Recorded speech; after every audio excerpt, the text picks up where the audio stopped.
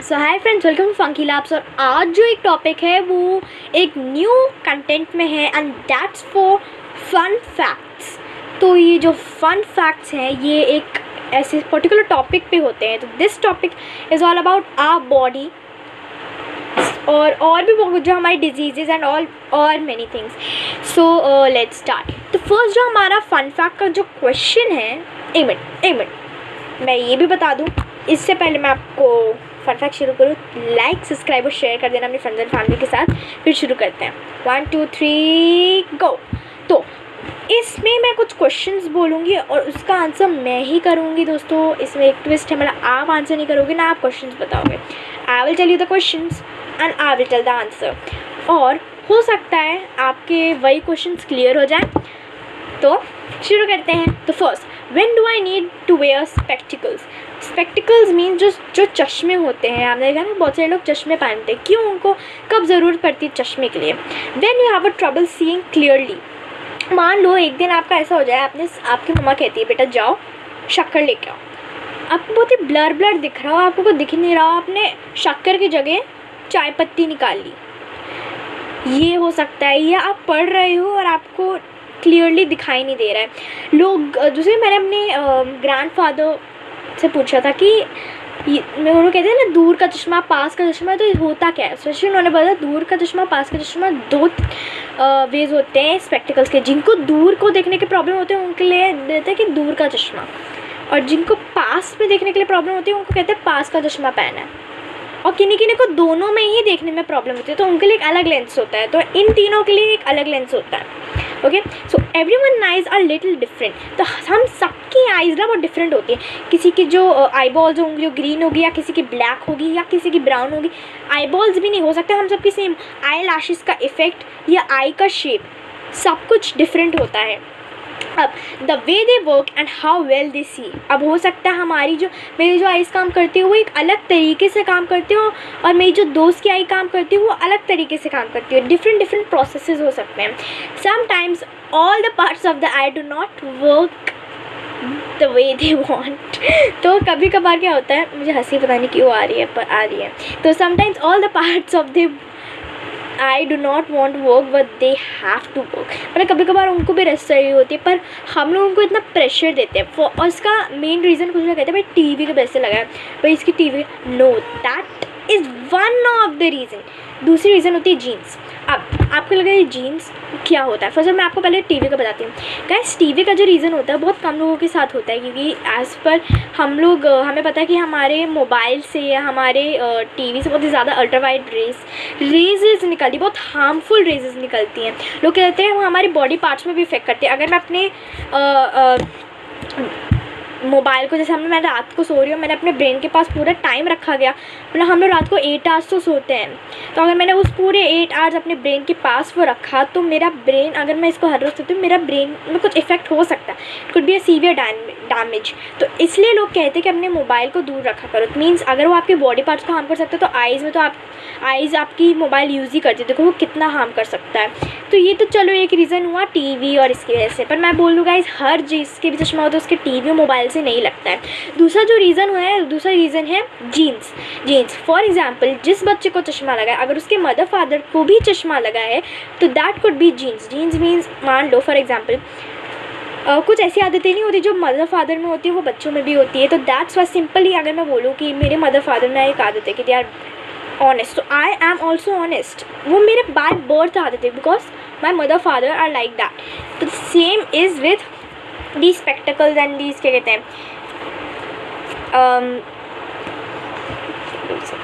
हाँ, jeans. Because jeans जो है, जीन्स इज़ ऑल अबाउट जो आपके मदर फादर का अगर चश्मा लगा है तो you will also get a spectacled. तो दैट्स द रीज़न, ठीक है।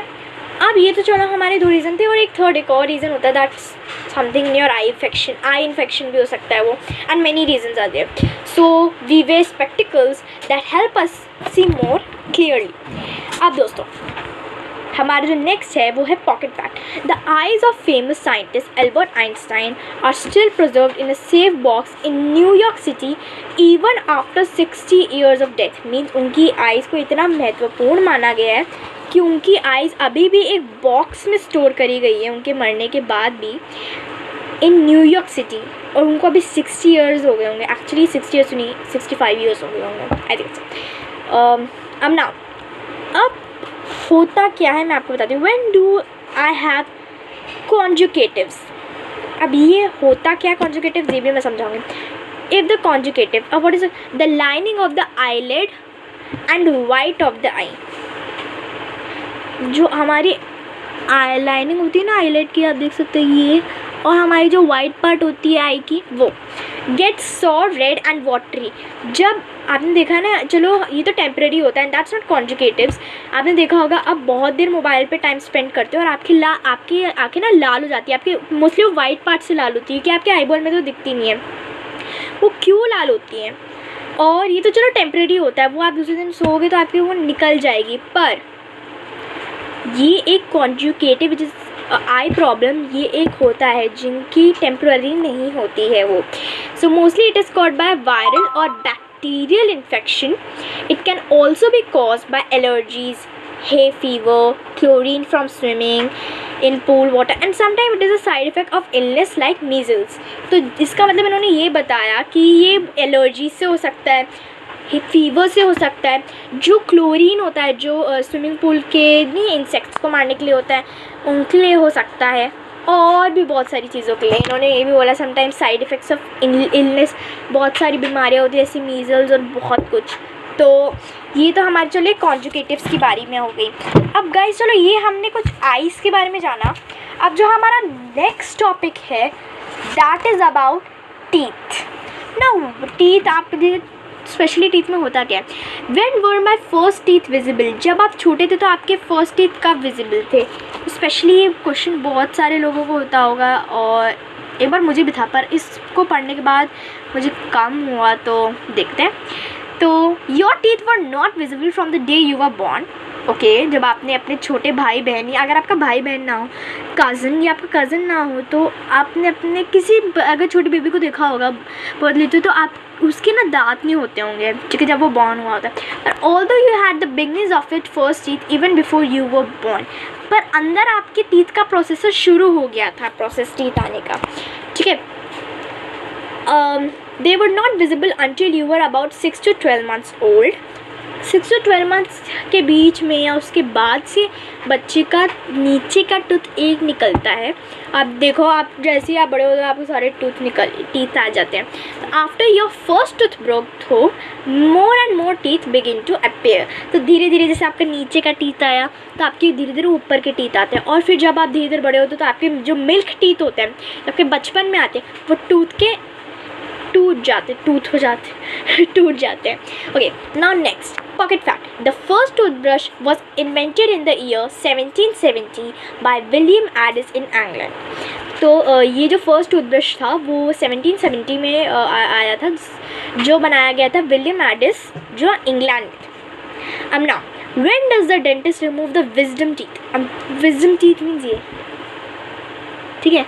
तो if they do not grow in properly, कभी आपका दांत टेढ़ा मेढ़ा हो या आपका दांत अच्छे से ग्रो ना कर रहा हो, and the dentist usually removes wisdom teeth when the jaw is not large enough to fit all the teeth that are growing in and the mouth becomes overcrowded। Means कभी कभी बहुत सारे लोगों के साथ नहीं होता, बहुत सारे लोगों के साथ होता है। मेरा मतलब ये है कि जब आपके फर्स्ट चीज़ तो जब आपके टीथ प्रॉपरली ग्रो नहीं होते, और जो आपका जॉ होता है उसमें बहुत ज़्यादा जो टीथ्स होते हैं वो ग्रो हो पाते हैं, और जॉ के लिए वो कुछ ज़्यादा होते हैं, और वो आपके दिमाग एकदम ना मुंह को ओवर क्राउडेड कर देते हैं वो, और जैसा and mouth becomes over crowded. He also removes when these teeth are either stuck in your jaw और develop a cyst like this, एक, ठीक है। तो जब वो आपके जॉ में स्टक होते हैं या एक साइस्ट करते हैं, तो व्हेन, अब ये तो चलो हमारे हो गए दांतों की और आँखों की प्रॉब्लम। थर्ड है when does my breath smell. Okay, so when does my breath smell, आपकी ब्रेथ से बदबू कब आती है। If there are odour producing bacteria in your mouth. Okay, odour producing mean जो बैक्टीरिया जो बदबू और स्टिंक निकालते हैं आपके, ठीक है, माउथ से। तो जैसे मैं कहूँ, आप जब अनियंस खाते हो तो उससे अलग सी आपके माउथ में स्टिंग आती है ना। तो bacteria accumulate on the food particles stuck between your tooth when you don't brush properly and floss regularly. जब आप ब्रश अच्छे से नहीं करते हो, आपका जो खाना चिपका होता है ना, वो मेन चीज़ होती है। Now the sulphur compound release by the bacteria make your breath. तो इधर कंपाउंड सल्फर रिलीज होता है जो आपकी बैक्टीरिया को रिलीज करता है, and that makes a sting smell. अब now pocket fact, the first toothpaste ever made was a mixture of wine and pumice. Pumice is a stone and wine, you know. It was made almost 5,000 years ago, oh my god, in Egypt. Okay, तो ये था हमारा pocket fact. अब next, when does my voice begin to change? Okay, तो आपने देखा होगा आपके बचपन में जो आवाज़ होगी वो अलग होगी। मतलब बचपन में मेरी, मान लो अभी मेरी ऐसी है, पर जब मैं बड़ी हो जाऊँगी मेरी आवाज़ थोड़ी भारी हो जाएगी, या आप कह सकते हो थोड़ी अलग हो जाएगी। कुछ लोगों की भारी नहीं होती, कुछ लोगों की पतली होती है, जो भी। तो वो ऐसा कब होता है, ऐसा सीधे कब होता है? It is a different time table for everyone, change होता है। और लोग ये ऐसे लोग कहते हैं ना, तो बड़े हो तो भारी होती है, ज़रूरी नहीं, कुछ कुछ लोगों की पतली होती है, ठीक है। So some voices might start to change earlier and some might start a little late. कुछ किन्हीं लोग की जल्दी शुरू हो जाती है एज से, और किन्हीं लोग की थोड़ी देर में। Okay, generally your voice will begin to change between the ages 11 to 15. So I am 11. Okay, तो मेरी आवाज़ शायद से पहले से चेंज हो गई होगी, बिकॉज मैंने इतना कभी गौर नहीं किया। I will just after this video I will just see my old videos में जब छोटी थी, और फिर मैं बताऊँगी कि मेरी क्या डिफरेंस थी आवाज़ में, and then I will tell you. तो हाँ, तो 11 to 15 की एज में आपकी चेंज होती है। और मैंने इतना तो ऑब्ज़र्व किया है कि अगर मैं, ये तो आपके साथ 100% होगा, जो आपकी 3 इयर्स की आवाज़ हुई होगी ना, वो आपकी 10 इयर्स में चेंज ही हो गई होगी। आई एम 100% श्योर, क्योंकि 3 इयर्स में बच्चों की बहुत अलग आवाज़ होती है, और 10 इयर्स में they become like independent and these things. तो this now when you reach this age, your body begins making hormones which cause the larynx to grow and vocal hormones get longer and thicker. तो जो आपके actually this age is known as teenage. जब आप धीरे धीरे आप kids से एक टीन एज या में आते हो, तो आपकी ना कुछ अलग हार्मोन्स बनते हैं बॉडी में। गर्ल्स के अलग होते हैं, बॉयज़ के अलग होते हैं। स्पेशली ये बॉयज़ गर्ल्स दोनों के साथ कॉमन होता है। जब ऐसा होता है तो आपके जो लैरिंग्स होते हैं वो ग्रो होने लगते हैं, जो आपकी वोकल कॉर्ड्स होती है वो लॉन्ग होती है और थिक होने लग जाती हैं, ठीक है। This changes your voice. Both boys and girls experience voice changes as they grow older, but a boy's voice may change more than a girl. Means boys की कुछ ज़्यादा डिफरेंस आती है गर्ल्स के दौरान। ऐसा नहीं कि गर्ल्स की नहीं आती, गर्ल्स की आती है, पर बहुत कम डिफरेंस होता है, भाई बॉयज़ की बहुत ज़्यादा डिफरेंस होती है, ठीक है। तो दैट्स द रीज़न। देखो, ये तो हमने करा, अभी टीथ का कर लिया, हमने आई का कवर कर लिया, हमने ब्रेथ और वॉइस कॉर्ड्स का तो कवर ही कर लिया। अब जो हमारा नेक्स्ट टॉपिक है गाइस, वो शायद से आपको थोड़ा सा इंटरेस्टिंग लगे, ठीक है। तो चलिए शुरू करते हैं गाइस। ये जो टॉपिक है वो है when do I get infections. मुझे इन्फेक्शंस कब होती हैं? So when germs enter your body. Okay, आपको इतना तो पता होगा ना, बहुत सारे टाइप्स ऑफ इन्फेक्शन होते हैं। आई इन्फेक्शन, स्किन इन्फेक्शंस, ठीक है, बहुत सारे इन्फेक्शन होते हैं। So nose infection, mouth infection, there are many infections. तो ये मेरा मतलब है कि when germs enter your body, जब आपके उस पर्टिकुलर बॉडी पार्ट में जर्म्स एंटर करते हैं, दैट्स द रीज़न आपके इन्फेक्शन होता है उस बॉडी पार्ट में। मैंने बहुत सारे सुना है, मेरे एक बार आई इन्फेक्शन हुआ था, तो टेम्प्रेरी आई इन्फेक्शन था, तो मैंने देखा था दैट वाज लाइक मेरे उस जगह में मेरी इधर मेरी आई इन्फेक्शन होता है। उस जगह में क्या होता है, उस जगह में आपके जर्म्स एंटर हो जाते हैं, आपके बैड बैक्टीरिया एंटर हो जाते हैं। That makes a infection inside your body. Many of these germs may help you keep healthy in many ways. Infections are caused by germs which do not belong in your body. कुछ germs actually होता क्या ना, हम लोग कहते हैं germs are good and germs are bad. They are both. And especially कुछ जो लोग कहते हैं कि जो कुछ इन्फेक्शन है they are good for your health, and कुछ तो गंदे ही होते हैं। पर मैंने सुना है, मैंने ऐसे रिसर्च नहीं करा, पर आई हैव लिसन्ड इट। और फिर दूसरा है infection are caused by germs which do not belong in your body. ऐसे जर्म्स जो आपकी बॉडी में थे ही नहीं, नए जर्म्स। योर बॉडी में be affected by bacterial, viral, fungal, parasitical infections. बहुत सारी इन्फेक्शंस हो सकते हैं गाइस। ये तो था when do I get infections. अब नेक्स्ट है पॉकेट फैक्ट। ठीक है गाइस, तो ये आपको बताया। अब पॉकेट फैक्ट ये है, इन 2013 a bacteria was found in New Zealand that is unaffected bye every single antibiotic known. तो एक ऐसी 2013 में एक बैक्टीरिया आया था that was found in New Zealand, और वो उसकी ना कोई एंटीबायोटिक बनी ही नहीं, इट्स अनइफेक्टेड। अगर मैं वो चीज़ फिर एंटीबायोटिक लूँगी उसको कोई इफेक्ट ही नहीं पड़ेगा। ठीक है, तो वो तो चलो हमारा पॉकेट फैक्ट था। That would be so dangerous. New Zealand को कितना चीज़ झेलना पड़ा होगा, पर अब मुझे उसकी इतनी न्यूज़ नहीं मिली because I research about it, और उन्होंने बोला कि अब इट्स नो मोर, ख़त्म कर दिया उसको। Okay, now when do I need to take antibiotics. Antibiotics आपको पता है ना क्या होती है, मोस्टली दवाई जो आप यूज़ करते हो। जैसे अगर मुझे फॉर एग्ज़ाम्पल मुझे स्टमक एक हो रहा है या मुझे स्टमक में कोई इन्फेक्शन हो गया है, तो दैट्स द रीज़न आपको एंटीबायोटिक्स देते हैं। तभी आपको डॉक्टर, जब आप डॉक्टर से प्रिस्क्रिप्शन लिखाते हैं तो वो आपको एंटीबायोटिक्स प्रेफर करते हैं, जिससे आपकी वो डिजीज़, आपकी वो इन्फेक्शन क्योर होती है। If under a bacterial attack, antibiotics are types of medicine that will kill bacteria in your body that make you sick. Got it? Now you need to take antibiotics in conditions such as pneumonia or acne. Antibiotics can work very well against bacteria, but they do not work against viral diseases such as cold, flu, ringworm, etc. तो इसका एक disadvantage है। देखो इन्होंने ये बोला कि देखो फर्स्ट ऑफ ऑल इन्होंने ये बोला कि वो बैक्टीरिया को किल करते हैं, जो बैक्टीरिया आपको सिक करते हैं, जो बैक्टीरिया उस पर्टिकुलर इन्फेक्शन को लाते हैं या जो बैक्टीरिया उस पर्टिकुलर डिजीज़ को लाते हैं। तो इन्होंने क्या प्यूनोमिया और एक्ने और भी डिजीज़ हो सकती है जिसमें एंटीबायोटिक्स वर्क करे, पर जो वायरल डिजीज़ होती है such as cold, flu, ringworm, ये जो ऐसी डिजीज़ होती हैं ये इसमें नहीं होता। मीन्स इट इज़, इसका डिसएडवांटेज है कि ये वायरल डिजीज़ में यूज़ नहीं हो पाता है। ठीक है, तो ये हमारा हुआ। अब now when does my body become anaemic. Okay, anaemic और बॉडी कब एनीमिक बनती है, तो चलिए जानते हैं कब होती है। तो if there is a lack of iron, जब लोग कहते हैं ना पालक खाओ आयरन मिलेगा, तो स्पेशली ऐसा क्यों बोलते हैं, वो कुछ तो रीज़न होता होगा ना। When you are not getting enough iron in your diet, you develop a deficiency.